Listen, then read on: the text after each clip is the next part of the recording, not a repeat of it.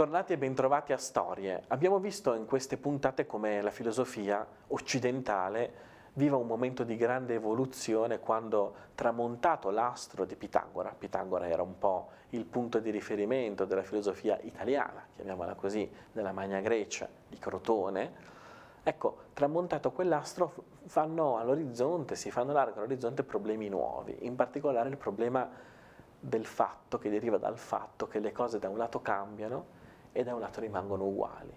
Da un lato c'è il cambiamento, le cose costantemente sono soggette a cambiamento, tutto è soggetto a cambiamento, i nostri rapporti, le nostre amicizie, le nostre idee, ma dall'altro la vita rimane costantemente uguale a se stessa, rimane costantemente uguale al suo desiderio, alla sua natura. E allora come si possono conciliare questi due mondi?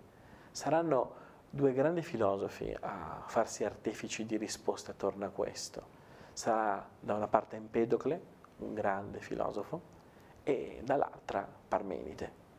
Empedocle, Parmenide, ma anche Eraclito, sono filosofi che cambieranno profondamente il modo di pensare, di strutturare il nostro modo di ragionare. Ma lo faranno a partire da un dato. Il dato qual è? Che il filosofo a questo punto deve fare una scelta. Arrivato a questo punto il filosofo non è più l'uomo comune, non è più il commerciante che è iniziato nella Ionia tanti anni fa a commerciare e a fare filosofia. Arrivato a questo punto il filosofo è colui che deve scegliere tra vivere secondo l'apparenza delle cose sensibili che sempre uguali a se stesse appaiono, o vivere secondo una verità che sta al di là dell'apparenza, secondo una trascendenza. Ecco, la filosofia diventa la filosofia del trascendente. La filosofia diventa la scienza che è capace di andare al di là di quello che appare, di andare al di là di quello che si vede.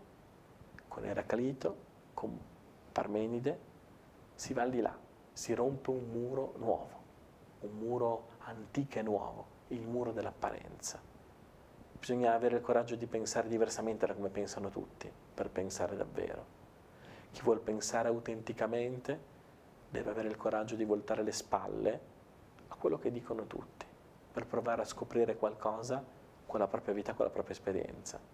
Sarà questo che faranno i nostri filosofi e li seguiremo sempre qui, sempre a Storie.